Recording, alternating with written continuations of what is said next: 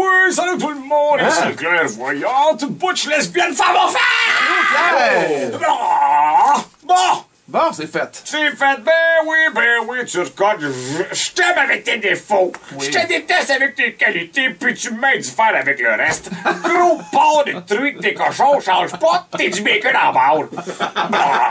Oh, c'est beau, hein? Mais change Ouais, pas. de la poésie. Bon, là, on perd pas de temps et on se lance pour un autre de mes romans lesbiennes intitulé Le chargement maudit.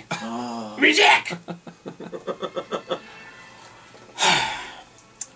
La grosse Linda roulait sur la 138.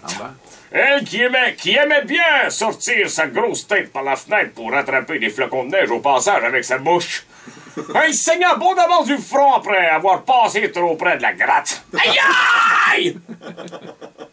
On lui avait confié une mission ultra secrète.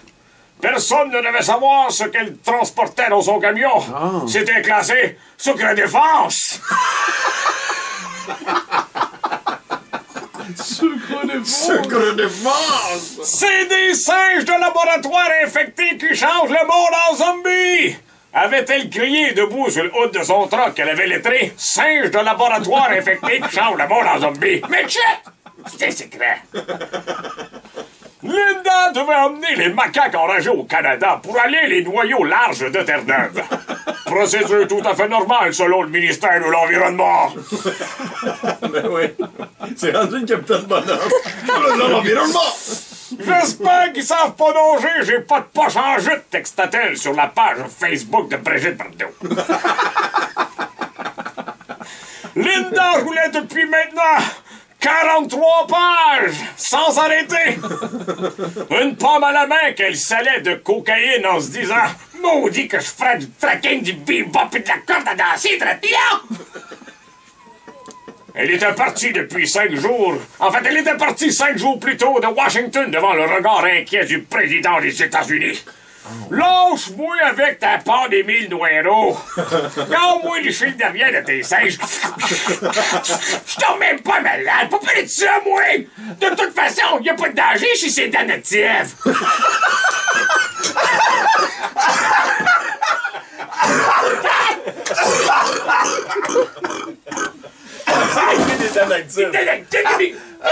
Des microbiotiques! Chemin faisant vers le Canada avec ses 400 macaques! En fait, 200, car après avoir oublié de barrer sa porte arrière, Linda avait perdu la moitié de sa cargaison dans une curve au centre-ville de Détroit. Ah oui, Détroit. Elle se devait de retrouver les singes, mais où peuvent-ils bien s'être réfugiés? S'écria-t-elle en s'assoyant sur les marches de l'usine de bananes. De retour à son camion à bout du vacarme dans sa boîte de troc, Linda s'adressa au chef de la bande et lui cria « Tout bas, à tue-tête! Voyez le plan du voyage, je veux chanter du marimé, moi! » Rendu à la hauteur de Plessisville avec une centaine de singes, les 100 autres étant jammés à la douane de la colle et bien mexicain. Linda... Ça va bien, sa mission, hein? Un deal de dernière minute qu'elle n'avait pas pu refuser. Linda a perdu 10 autres singes morts d'hypothermie à l'hôtel de glace de Québec. Puis 30 autres sur la traverse de Lévis. Ah oui! C'est finalement les jeans déchirés aux genoux, le visage plein de suie et le soleil couchant, avec un singe sur les épaules que Linda rentra finalement à Terre-Neuve. Je me sens comme Bruce Willis, dit-elle nonchalamment en se faisant semblant de pogner ta tombe des mémoires dans le vide. Bruce Willis. Ouais, la même fin que Ron Harry met Sally. C'est pareil, J'aime hein? ça quand ça finit bien. Très beau. Merci.